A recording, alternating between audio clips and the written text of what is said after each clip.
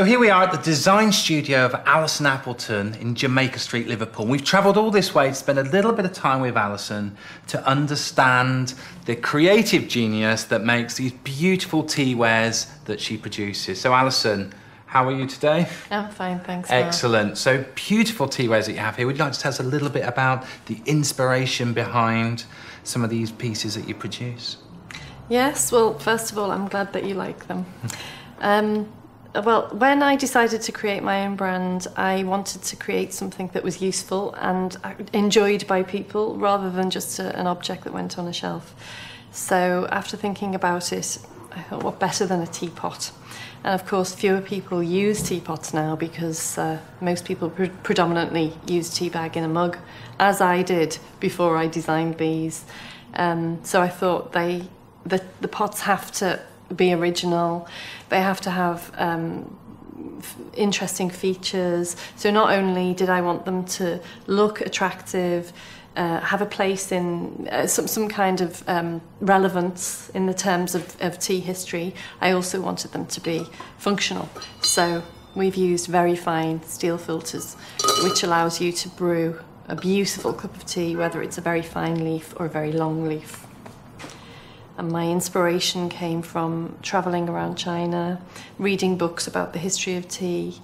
I felt compelled actually to base the first collection on the history of China and the tea trade between the Orient and Europe. My first pot is called Darcy. It's not a coincidence, it is actually named after Mr. Darcy, the character from Pride and Prejudice, because at that time British chinoiserie was all the rage in the UK. Jane Austen would have been drinking Chinese tea. I think that's right. Yeah, absolutely, yeah. And lots of the decorations in the houses, the vases would all have come from China, and so that was a great place to start. I love the sort of beautiful, delicate artistry of the historical Chinese pieces, and that's why I chose peonies and blossom to go on this piece, because those flowers are the ones that were used most often: peonies, cherry blossom, the lotus flower. From your tea drinking adventure through China, are there any teas or districts that you've come across that have particularly sounded or resonated with you and helped in the generation of some of these pots? The artisans I work with are in Fujian province. There are many famous tea growing areas in Fujian province, as you know, and they mostly drink oolong. When I first tried oolong, I did think it tasted a bit like cabbage soup, but I've grown to absolutely love it. I think it's so delicious. And now, of course, I know there are so many different varieties of oolong, from the sort of rose-coloured brew to a very pale golden champagne colour, and with a huge variety of flavours. I'm just really interested and enjoy trying all these teas. And also Fujian province is quite inspiring in itself. There's lots of mountains there, mountain streams. You know, it is a beautiful landscape. Together we work with a group of people who mix their own clays, develop new glazes, use a huge variety of techniques, which of course is very labour intensive and takes great dedication.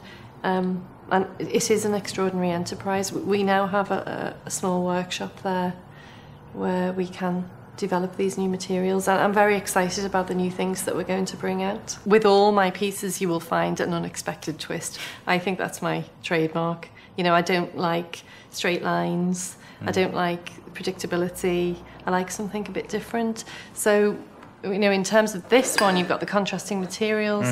With this one, you've got the contrasting form. So the lid sits at an angle in the pot, and even the mug is hand cut on a slant. Oh, yeah. So it's very cosy and warm to hold, but it has that sort of design element which makes it more interesting.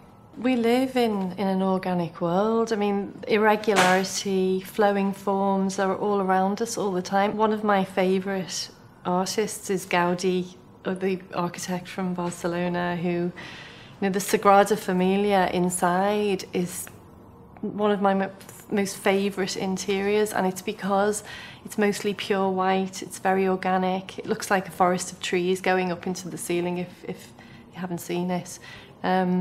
And his work is marked by the fact that there are virtually no straight lines. Obviously it must be very expensive to do in architectural terms, but in ceramic, if you work with the right people, it can be done.